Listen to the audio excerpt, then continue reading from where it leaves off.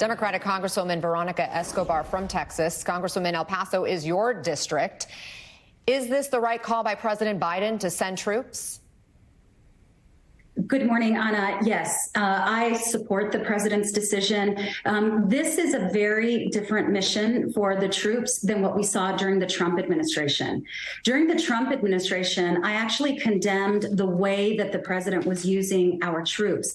They were placed at our ports of entry to turn back migrants. So they were acting in a law enforcement capacity in their full uniform with their long guns, interacting with migrants. And again, acting in a law enforcement capacity. This is very different. We have a need for all hands on deck. We don't have enough personnel with the Border Patrol to address the situation that's happening. And so as long as troops are being used in non-law enforcement capacities and they are not interacting with migrants, I think it will be helpful. And in fact, if you ask most local leaders, what they will probably say is it's still not enough support.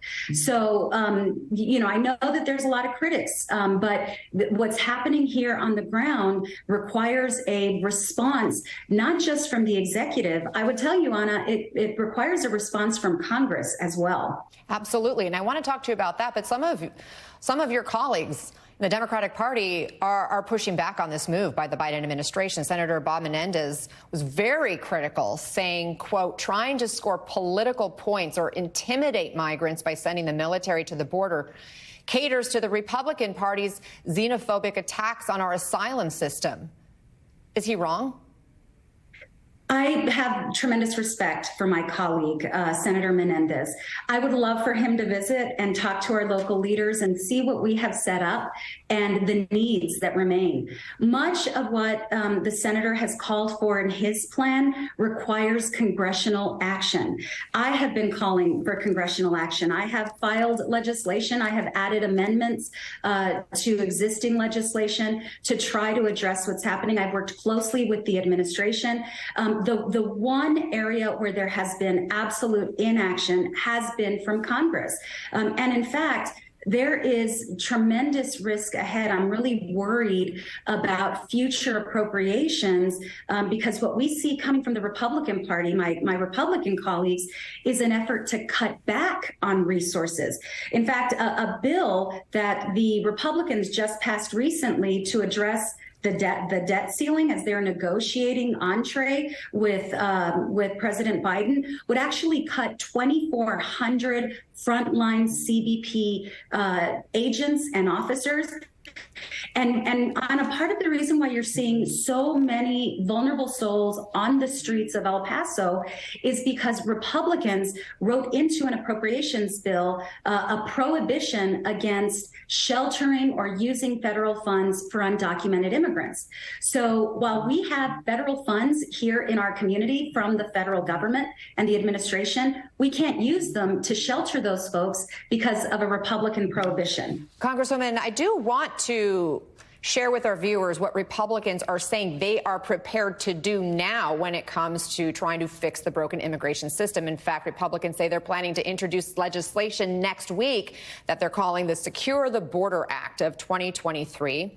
They say it would force the administration to restart construction of the border wall, deploy technology to the southern and northern border, increase the number of Border Patrol agents and provide bonus pay, end catch and release, strengthen and streamline the asylum process. And there are other things that they list in this legislation. Does this sound like something that could get bipartisan support? Could you support this?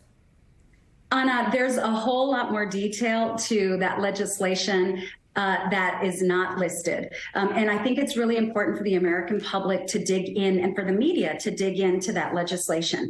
That legislation would essentially not allow legal representation for migrants, even for unaccompanied toddlers and infants. We tried to enter amendments to help provide that legal support for unaccompanied minors. Republicans voted down those amendments. It is a draconian bill. I can tell you also, just in terms of the wall, I know that's a very popular Republican talking point. Migrants are actually presenting themselves to Border Patrol agents at the wall. And because they are on American soil, and because our asylum laws say when someone asks for asylum on American soil, that's a legal process. There's so much in that bill that is unworkable, that is inhumane. And I just want to add one more thing. Last December, when we voted on our omnibus appropriations bill, it was Republicans who voted largely in a voting bloc against $7.2 billion for Border Patrol operations. Thankfully, the House Democrats had a majority. We were able to get those resources. It's because of those resources, thankfully, that we don't have a larger crisis on our hands. So I would welcome any bipartisan conversation around common sense solutions and a real way for us to address the significant challenge that we're facing today. Texas Congresswoman Veronica Escobar, I appreciate your time. Thanks for being here.